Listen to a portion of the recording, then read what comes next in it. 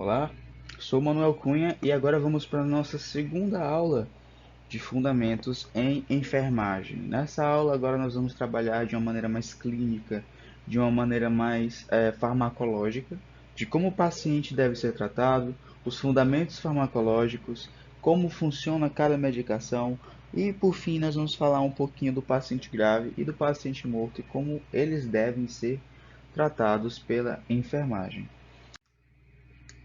Começando agora, devemos conhecer sobre a natureza das infecções, não é? As infecções podem acontecer por diversos agentes etiológicos. Agente etiológico determina a etiologia da doença. E a etiologia vai ser uma bactéria, vai ser um fungo, vai ser um vírus, no caso das infecções. E, na maioria das vezes, essa infecção vai causar a hipertermia. A hipertermia é o aumento da temperatura corporal. Esse aumento da temperatura fornece capacidade do corpo de dilatação de vasos. Essa dilatação de vasos faz com que mais sangue percorra o corpo, mais sangue percorra os sistemas e consiga abranger mais locais. E nesse sangue nós sabemos que tem as células de defesa, que são os leucócitos, dentre eles estão os neutrófilos, os basófilos, linfócitos, monócitos, eosinófilos, e cada ele com sua devida função. Mas a gente não vai entrar um pouco em hematologia ainda. Mas a hipertermia faz isso, né? Ela auxilia o sistema imune. O aumento da temperatura também vai matar micro-organismos mais frágeis.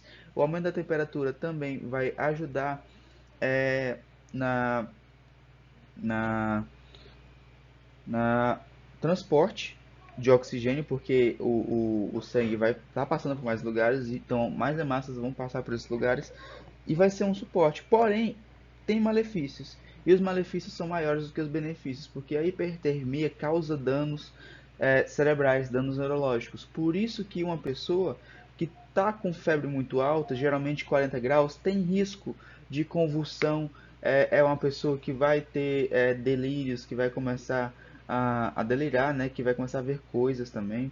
É justamente por causa do efeito neurológico. O aumento da temperatura vai causar meio que um derretimento das propriedades do cérebro, já que o nosso cérebro é composto basicamente por gordura e proteínas. E as gorduras e proteínas são muito sensíveis à temperatura. A desnaturação dos ácidos graxos e dos polipeptídeos, que são as proteínas, vai causar todos os efeitos neurológicos. E uma febre de 40 graus ou de 41 graus, uma febre acima de 38 graus, por tempo elevado, vai causar danos, às vezes até irreversíveis ao paciente. Então, é importante tratar a febre como uma coisa ruim. A hipertermia não deve ser levada como uma coisa boa, né? Embora seja uma ação de defesa do organismo. A hipertermia vai acontecer principalmente na ação de bactérias, já que as bactérias elas são combatidas não apenas por anticorpos, mas também por uma célula chamada neutrófilo. Os neutrófilos elas são leucócitos, são os leucócitos em maior abundância no nosso organismo e eles estão muito abundantes no sangue. Então, com a hipertermia, com a dilatação de vasos, com o aumento de poros, essas células têm mais acesso aos locais onde as bactérias estão e assim conseguem executar seu trabalho de fagocitose, de expelir suas toxinas e matar essas bactérias mais facilmente, né? Junto com o processo de infecção, geralmente também vem a inflamação. A inflamação ela é um processo caracterizado por algumas coisinhas, que são geralmente o edema, o rubor, o calor, a dor e a perda da função. Se tudo isso acontece, é inflamação. O edema é justamente o inchaço da região inflamada. O rubor é a cor avermelhada, que ocorre por causa do sangue que está percorrendo aquela zona, né? O sangue vai estar mais vascularizado, mais exposto, porque a zona está inflamada. O calor, por causa do fluxo sanguíneo também. A perda de função, por causa da do excesso de vasos sanguíneos que vão estar naquela área, que vão entrar em contato com nervos, então os nervos vão causar a dor e a dor vai causar a perda da função. E por fim temos a dor. A dor vai ser justamente por causa da hipersensibilidade daquele local, por causa da hipervascularização. Então, a inflamação ela é uma consequência de cada uma dessas coisas. ela é consequência da defesa do organismo para alguma coisa. Então, o aumento de vasos no local de infecção gera a inflamação. O aumento do calibre dos vasos, o aumento da frequência cardíaca, o aumento do débito cardíaco vai causar essa inflamação. Consequentemente, o edema também pode ser causado por excesso de líquidos, já que o plasma pode se estocar nas zonas dos tecidos, porque ele é uma fonte riquíssima em proteínas. Então, as células ali estocadas, como monócitos e macrófagos, que vão ser células de defesa, que vão começar a se amontoar naquela região, vão necessitar de energia. Então, essas proteínas presentes no plasma vão alimentar essas células. Temos aqui também que a enfermagem tem a função de executar o controle da temperatura. A temperatura que é muito importante, esse controle, justamente para evitar danos neurológicos. O controle da pressão arterial e o controle do pulso. Agora, falando um pouquinho sobre o controle da temperatura, ele pode ser feito a partir de 3 vias. As vias são a oral, a retal e a axilar. A oral ela é feita de maneira sublingual, em que o termômetro vai ter uma proeminência e ele vai ser colocado sob a língua, embaixo da língua. O paciente vai ter que ter consciência e competência para segurar o termômetro na boca. Então, não é um método muito recomendado para pacientes que estão muito debilitados ou em situações ruins, até mesmo psicológicas, é que ele não vai querer colocar o termômetro, não quer aceitar que está doente, tudo, ou então ele quer uma falsa melhora. Então, o oral não é muito utilizado por causa disso. O retal é o com maior especificidade, é o com maior acurácia também. Ele é o melhor método de aferir a temperatura. Ele é colocado em média 3,5 centímetros após a entrada no reto, né? E vai ser feito em decúbito lateral. Então o paciente vai ter em decúbito lateral e vai ser feita a utilização do termômetro lubrificado no reto do paciente. E a partir daí vai ser obtida a temperatura corporal dele. Mais uma vez, é o método mais eficaz e o mais eficiente no quesito achar a temperatura real do corpo. E por fim temos o axilar, que é o mais comum e é também o mais fácil de se realizar, o mais fácil de se controlar, né? Mas não é tão bom quanto o retal, mas é o mais útil, o mais prático, por assim dizer. E o axilar é feito através de um termômetro comum, que é colocado sobre a axila, com a pressão do braço contra a caixa torácica. E ele precisa de um tempo de em média 7 minutos para que se alcance a temperatura que é a temperatura real do organismo. A partir daí nós temos os conceitos de hipotermia, hipertermia e febrícula. Febrícula é o estado febril. Ele vai persistir quando a temperatura corporal do paciente estiver entre 37,2 graus Celsius a 37,8. Então, esses seis, é, esses 6 decimais são importantes para a determinação da temperatura como febrícula, né? A parte febrícula ela vem no momento antecessor à febre. A febre ela não vai descer devagarinho, ela não vai cair devagarinho. Quando ela acaba, ela simplesmente acaba. Já a febrícula é o momento em que a temperatura está subindo, porque a temperatura demora um pouco para subir, mas para cair é um processo mais rápido. Por causa da liberação de alguns neurotransmissores, por causa da ação de alguns corticoides, isso aí a gente vai ver lá na frente, né? A hipotermia vai ser justamente a diminuição da temperatura abaixo de 36 graus, a hipertermia vai ser acima de 37,8, caracterizando a febre. Agora, sobre o controle do pulso, o pulso não é nada mais nada menos do que o sangue passando por um vaso, por uma artéria, por uma veia, né? Geralmente é medido na artéria, porque as artérias elas são as vias de vinda do sangue. É quando o sangue vem limpo, ele vem puramente oxigenado. Nós sabemos que as veias trazem o sangue de volta para os pulmões, para que através dos brônquios, dos alvéolos, ele possa ser expelido em forma de gás carbônico, não é? Então, todas as impurezas também vão passar pelos rins, obviamente, pelo baço, para fazer toda a purificação de líquidos, dos detritos que estão circulando no sangue. Enfim, o sangue venoso é o sangue sujo. É o sangue que já passou pelas células, já passou pelos sistemas e que está sujo. É o sangue que já deu o que tinha que dar e está levando apenas que sobrou. Já o sangue arterial é o sangue límpido, é o sangue que vem do coração, é o sangue oxigenado, é o sangue limpo, é o sangue bonito, é o sangue que você vai ver, o sangue venoso ele vai ser mais escuro, ele vai ser mais arroxeado. E o sangue arterial ele vai ser avermelhado, um vermelho bem clarinho. É justamente porque esse sangue está repleto de oxigênio, enquanto o venoso está sujo e repleto de gás carbônico. Então, essa diferenciação ocorre, né? Então, o sangue arterial ele vai passar pelas artérias e vai exercer uma pressão sobre a parede do vaso.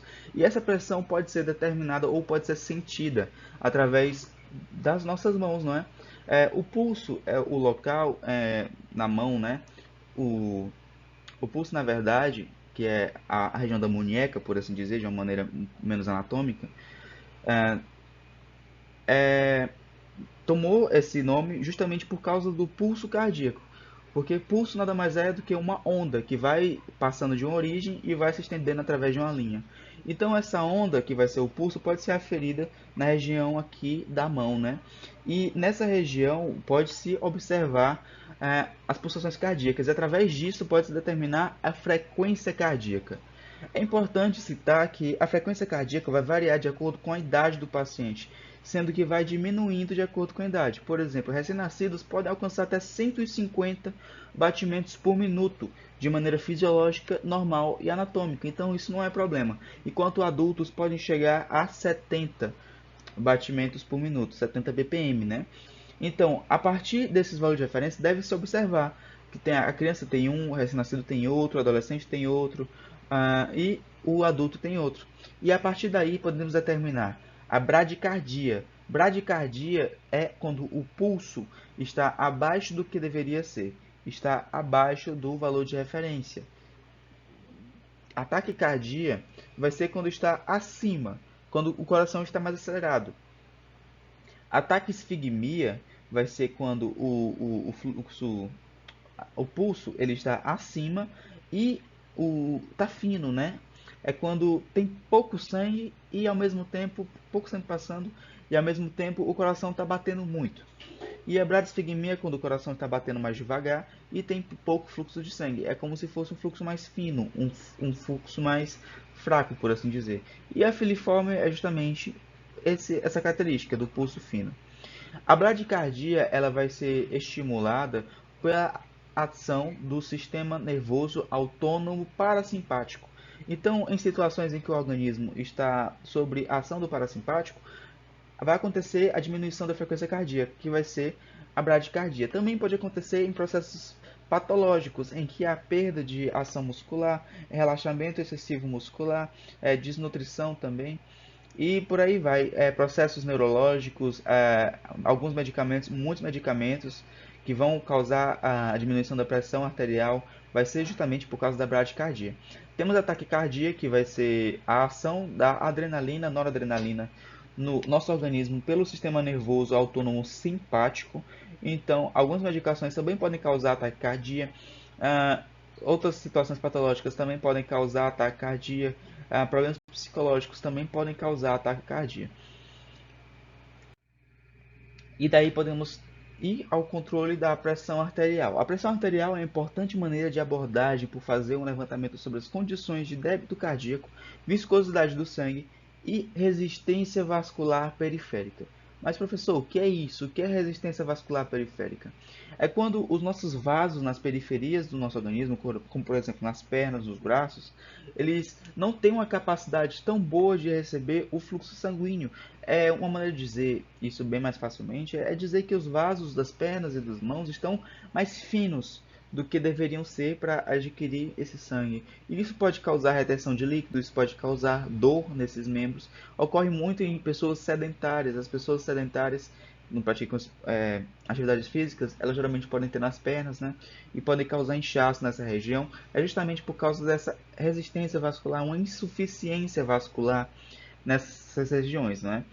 Aí nós temos também o débito cardíaco. O débito cardíaco nada mais é do que o tanto de sangue que o coração pode enviar, pode fornecer ao corpo. Então, se o débito cardíaco está muito alto, significa que o coração está batendo, batendo e não está conseguindo dar o sangue que o corpo precisa. E se o débito cardíaco estiver normal, então o coração está batendo e o organismo está adquirindo sangue, está tudo ok. O organismo precisa do sangue, o coração está dando e está tudo ok. Quando o débito cardíaco está elevado, o coração vai bater muito mais do que o normal em relação à sua força e vai haver um aumento da pressão arterial que vai superar esse valor de referência, que é 120 por 70 milímetros de mercúrio. Então, se há um aumento dessa pressão, o sangue consegue liberar com mais força o sangue, embora não seja suficiente. Então, o débito cardíaco vai ser algo ruim, porque vai gerar estresse, tanto para os vasos, quanto causar outros danos ao organismo, como, por exemplo, danos neurológicos, estouro de vasos, problemas relacionados à coagulação e vários outros. E antes disso, também temos a viscosidade do sangue, que pode interferir. Quando a pessoa está desnutrida ou desidratada, o sangue se torna mais viscoso. O sangue se torna mais. O concentrado de hemácias vai fazer o sangue se tornar mais viscoso. E isso pode agregar nas paredes dos vasos e pode aumentar ou diminuir a pressão arterial. Daí partimos ao sistema de sístole e diástole. A sístole vai ser o momento de contração do coração, em que o coração vai expulsar o sangue de dentro dele, e a diástole vai ser o momento de que ele vai se relaxar e vai adquirir o sangue para dentro dele. Então, se dizemos que a pressão arterial é de 120 em sístole e 70 em diástole, nós dizemos que através da aferição pelo esfigmomanômetro, a sístole vai acontecer pela primeira vez na pressão de 120 por de 120 milímetros de mercúrio, e a diástole vai acontecer pela última vez em 70 milímetros de mercúrio. Então a sístole vai ser a primeira vez que o coração bate, que você ouve, e a diástole vai ser a última vez que ele se relaxa. Então a primeira batida e o último relaxamento determinam a proporção da pressão arterial, que deve seguir esse valor de referência, que é 12 por 7. Acima disso é um aumento de pressão, abaixo disso é uma pressão baixa. A pressão baixa pode ser caracterizada pela bradicardia, por medicamentos, por situações patológicas, problemas neurológicos. A pressão alta também pelos mesmos motivos, só que pelo sistema nervoso simpático, então vai haver taquicardia e medicação que influencia nessa maneira de ver o organismo, não é? Agora nós vamos para a terapêutica medicamentosa nas infecções. Partimos da definição de droga: qualquer substância capaz de produzir alterações somáticas ou funcionais no organismo vivo. Alterações que vão modificar a forma de vida, que vão modificar a fisiologia momentânea do paciente, resultando em efeito benéfico, no caso dos antibióticos, ou maléfico, como a cocaína, por exemplo. A cocaína é um excelente exemplo para dar de uma droga que vai causar efeitos imediatos no nosso organismo. A cocaína ela vai ser um, um, um medicamento não, perdão, uma droga que vai aumentar o peso do sistema nervoso simpático, então a pessoa vai entrar em estado de luta ou fuga, mesmo quando está em repouso, né? Por isso que vai ocorrer justamente a miose, que é quando a pessoa se está em luta fuga, então o nervo ocular ele vai se contrair para que absorva,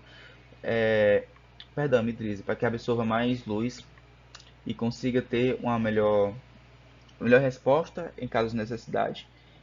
Então, além disso, vai acontecer a taquicardia, que vai ser justamente por causa do peso também do sistema nervoso autônomo. Vai ocorrer estresse muscular, estresse oxidativo, e tudo isso vai ser uma ação somática imediata maléfica. É tanto que a cocaína era usada para tratamento de depressão, porque ela tirava a pessoa do estado de letargia, tirava a pessoa do estado de desânimo e colocava obrigatoriamente em estado de luta ou fuga. A partir desse conceito, temos o conceito de toxicidade. Toxicidade nada mais é do que a capacidade de algo ser tóxico. Ora, sabemos que tudo que existe pode ser tóxico.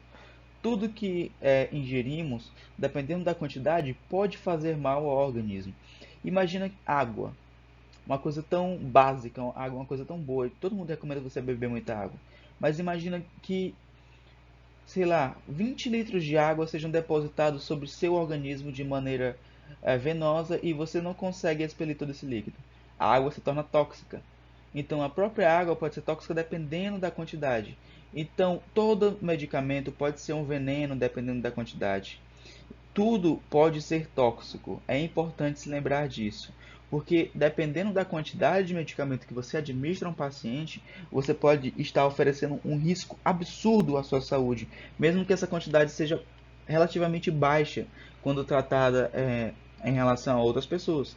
Mas isso é importante de ser tratado, já que tudo pode ser tóxico, tudo mesmo pode ser tóxico. E a alergia potencializa esse quadro. A margem de segurança é justamente até quando é seguro usar o medicamento, até quando é seguro tomar o medicamento, administrar o medicamento, ou onde é seguro administrar esse medicamento. Se a pessoa vai desenvolver efeitos adversos, efeitos colaterais sobre esse medicamento, vai depender da margem de segurança. Nem sempre os efeitos colaterais adversos são dependentes dessa margem, mas na maioria das vezes a dose máxima, quando é superada, ela vai infligir e vai causar esses danos pertinentes aos efeitos colaterais adversos. A dose é classificada como mínima quando ela é a dose mínima terapêutica. Então, se você dá a dose mínima, é a menor quantidade possível de medicamento que vai causar um bom efeito. A máxima é a quantidade máxima de medicamento que o paciente pode suportar e que esse medicamento ainda vai causar efeito. A terapêutica é a quantidade ideal do medicamento em que ele vai causar efeitos terapêuticos e vai causar a melhora do paciente. E temos a dose de manutenção, que é para aumentar ou diminuir a dose de medicamento a fim de normalizar a dose terapêutica. Então, se você quer uma dose terapêutica, às vezes o medicamento circulante não é o suficiente. Então, você aplica só um pouquinho. E esse pouquinho vai aumentar a dose até chegar na terapêutica. Ou então você administra um antagônico para aquele medicamento. Então, o antagônico daquele medicamento vai diminuir a dose do outro. O antagonista daquele medicamento vai diminuir a dose do outro. E isso vai causar a existência da dose terapêutica, que vai auxiliar ao tratamento. Falando agora de antibióticos, nós temos que eles são uma revolução que aconteceu no século XX, né? O século XX que foi o século das grandes guerras, a Primeira Guerra Mundial foi quando surgiu o antibiótico, que foi aquele momento que as pessoas estavam morrendo muito e muito facilmente nas trincheiras, porque eles tinham uma ferida simples, como um simples corte, e essa ferida infeccionava, e como não tinham condições médicas mínimas, as pessoas morriam muito facilmente. Eu não falo apenas das trincheiras, eu não falo apenas da guerra, mas também em condições até de vida normal. Na Idade Média, as pessoas tinham uma expectativa de vida de 28 anos, tudo isso por causa das infecções e da alta violência. Então, mesmo que a violência não matasse, um simples corte, um simples arranhão poderia matar por causa de uma infecção que não era tratada de maneira alguma, eles sequer lavavam. Então, a higiene junto com os antibióticos, começou a revolucionar a medicina. E os antibióticos até hoje fazem um papel importantíssimo para a evolução da humanidade. E eles são compostos por penicilinas, cefalosporinas, aminoglicosídeos, clorofenicol, tetraciclinas, vancomicinas, metronidazol e trimetropinas. Cada um deles tem o seu mecanismo de ação específicos. Vocês vão ver esse mecanismo de ação em farmacologia aplicada. Aqui a gente vai passar só por cima rapidinho. Mas é importante falar que eles, pelo contexto histórico, principalmente a penicilina, eles vêm de fungos. Esses fungos foram utilizados, eles podem ser sintetizados também, mas esses fungos são utilizados para a produção desses medicamentos que têm como objetivo matar ou inibir o crescimento de bactérias. Eles podem também ser caracterizados como bactericidas ou bacteriostáticos. O bactericida ele vai matar a bactéria, ele vai chegar lá e dar um fim na infecção de maneira que vai matar a bactéria, enquanto o bacteriostático vai inibir a reprodução da bactéria, ou então vai inibir a reprodução dela, vai inibir a sua maneira de conseguir alimento ou qualquer coisa relacionada. Então, a partir dessas duas classificações, esses tipos de medicamentos são levados adiante. Uma coisa importante de se falar é quanto à administração de antibióticos, que deve ser feita da menor maneira possível, já que as bactérias se tornam resistentes de acordo com a quantidade de aplicações. E se isso não for feito da maneira correta, não vai matar a bactéria, vai apenas causar aumento de sua resistência. E com o tempo, esses antibióticos podem ir se perdendo e podem ser feitas superbactérias, super cepas, que vão ser praticamente imunes a qualquer tipo de antibiótico. Aqui nós temos um pouquinho de farmacologia com a classificação de medicamentos, né, em que temos o estado, a forma e o conceito. Temos os sólidos, os pós, comprimidos, cápsulas, drágeas, supositórios, óvulos, pastilhas, pílula. O pó vai ser justamente o pó, que vai ser tomado na forma de pó. Geralmente ele vai ser colocado em ampolas, é diluído nos frascos e aplicado de maneira endovenosa, de maneira parenteral, ou vai ser ingerido através de água, né? O comprimido, que vai ser o medicamento em pó, que vai ser comprimido através de uma pressão altíssima, formando o comprimido, né? Obviamente. A cápsula, quando o pó ou líquido é colocado em invólucro de gelatina de consistência dura, que vai ser digerido no estômago, que vai ser degradado no estômago. A drágia, que vai ser uma camada de açúcar, que vai revestir o medicamento, é uma excelente forma de administração. O supositório, que vai ser uma forma sólida, que vai ser colocado no reto para auxiliar as funções retais. O óvulo, sobre a vagina.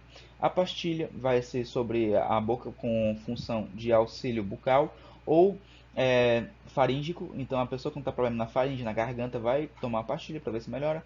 A pílula, ela vai ser uma forma de administração, uma forma de tratamento do medicamento que vai ser parecido com a cápsula, só que ela vai ser revestida de uma substância açucarada e não tão gelatinosa.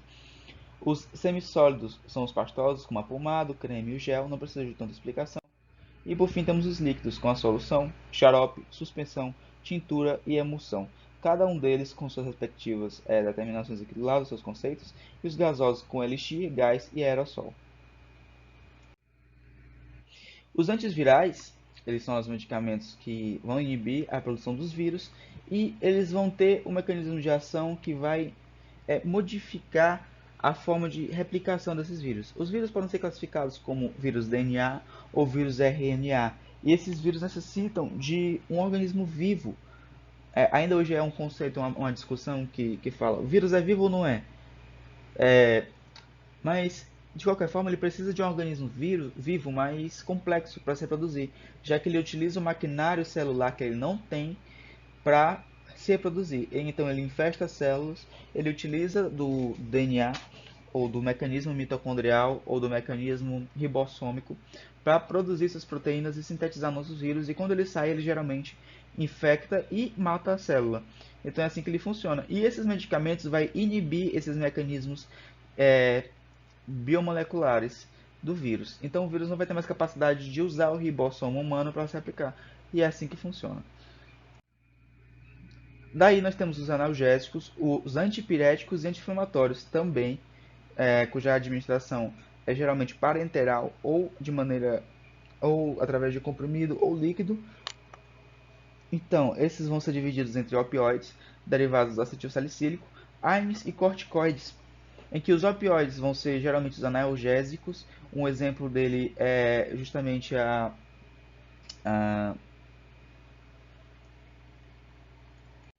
a morfina, né?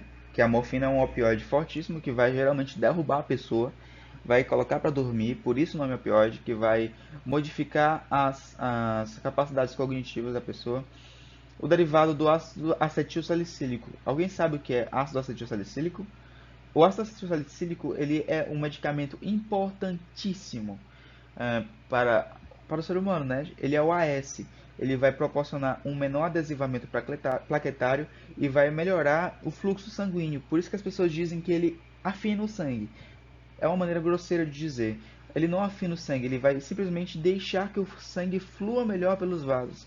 E assim ele pode diminuir as chances de AVC, por exemplo. E ele é classificado como um AINE, ou um anti-inflamatório. Os AINES são medicamentos com todas as capacidades, só que eles têm, alguns são mais fortes como analgésicos, outros são mais fortes como anti-inflamatórios. Por exemplo, a dipirona, ela funciona como cada um desses, mas ela é mais usada como analgésico e antipirético e não muito como anti-inflamatório. Mas os AINES, através das vias da ciclooxigenase 1 e 2, eles conseguem fazer todas essas ações, mesmo que só um pouquinho e serem fortes em outro, ou então sendo fortes em todas, e por aí vai. E por fim temos os corticoides, que são gorduras que são responsáveis por diminuir processos inflamatórios. Então, em processos alérgicos em que há uma resposta imunológica exacerbada do nosso organismo em relação a uma coisa que entra em contato com ele, os corticoides são mais indicados, já que eles têm uma ação muito forte anti-inflamatória. Daqui nós vamos para a assistência do paciente grave ou morto. É comum a presença de sinais e sintomas neurológicos como agitação psicomotora. Falando do paciente que já está no estado terminal, que já se espera ao seu falecimento, já que, como por exemplo, no caso de carcinomas ou doenças realmente terminais muito complicadas, então o paciente já está aguardando o óbito, a família geralmente já está avisada, mas quando não está, o enfermeiro deve ser responsável por olhar e saber se esse paciente está muito mal. E esses sinais vão ser importantíssimos, como a agitação psicomotora, vão ser geralmente espasmos, ou a pessoa está olhando para os lados muito rapidamente, os olhos estão se mexendo no sono demais, estado de inconsciência pode acontecer também, diminuição ou abolição de reflexos, deve ser feita a aferição de reflexos, como por exemplo a lanterninha no olho, para ver se ocorre a midríase ou a miose, relaxamento muscular, queda da mandíbula, incapacidade de deglutição. Tudo isso é porque o sistema nervoso da pessoa autônomo não está funcionando bem mais. Acúmulo de secreção orofaríngea, perdão, relaxamento esfincteriano e midríase. O relaxamento esfincteriano por causa da fraqueza, da incapacidade de segurar o músculo, e a midríase, que é justamente por causa da falha do sistema nervoso simpático e também pela falta de força para segurar o músculo, né? Já que a midríase vai ser causada pelo relaxamento do músculo ocular. Nessa parte é importantíssimo adquirir a segurança do paciente, adquirir o maior zelo desse paciente, o apoio familiar, o apoio espiritual, ajudando a família a, a aceitar aquele momento, mas de maneira completamente respeitadora. Então, deve-se tomar muito cuidado nesse momento, cuidando desse paciente, obviamente respeitando todos os limites da família. E a partir daí temos assistência ao morto, né, que vai ser proporcionando o conforto à família, zelando e respeitando pelo corpo do paciente e seguindo normas religiosas e espirituais que a família desejar. Então, se a família não quiser que você coloque a gaze para tampar os orifícios do corpo, você não coloca. Pode acontecer de ocorrer odores, pode ser que a família peça para você não colocar na forma correta, que o corpo deve estar na posição anatômica de decúbito dorsal. Mas se a família desejar, assim, por questões religiosas ou até mesmo de tradição, deixe que ela decida, né? Então, deve-se respeitar muito a família, muito mesmo. E aqui nós temos um resuminho de como deve ser feito o tratamento desse paciente, utilizando todos os insumos, tudo o que é necessário para fazer, os locais que devem ser colocados, os tamponamentos, que é justamente as cavidades, o nariz, a boca, os ouvidos, a vagina, o reto. Então, todas essas partes em que há as cavidades devem ser colocados os tampos, que é justamente para evitar a saída de secreção e assim o odor. Deve ser feito imediatamente após a morte, antes da rigidez mórbida. Deve ser feito a execução da posição anatômica de decúbito dorsal com os braços por cima da caixa torácica. Deve ser feito o etiquetamento. O braço geralmente não deve ser feito, mas ele pode ser colocado apenas em decúbito dorsal mesmo. Deve ser feito o etiquetamento do pulso. Fixar o queixo, os pés e as mãos com a atadura de crepe e identificar o paciente para quando ele for ao necrotério, né? E além de outras coisas que vocês podem observar através dessa breve leitura por aqui. E é isso, pessoal. Eu aguardo pelo nosso encontro presencial, aguardo pela nossa revisão, por tudo que vamos fazer para melhorar o nosso conhecimento nessas áreas, né? E eu estou à disposição para contato por WhatsApp, por e-mail e no que vocês quiserem, estarei à disposição para responder qualquer dúvida ou sugestão. É só falar. Muito obrigado.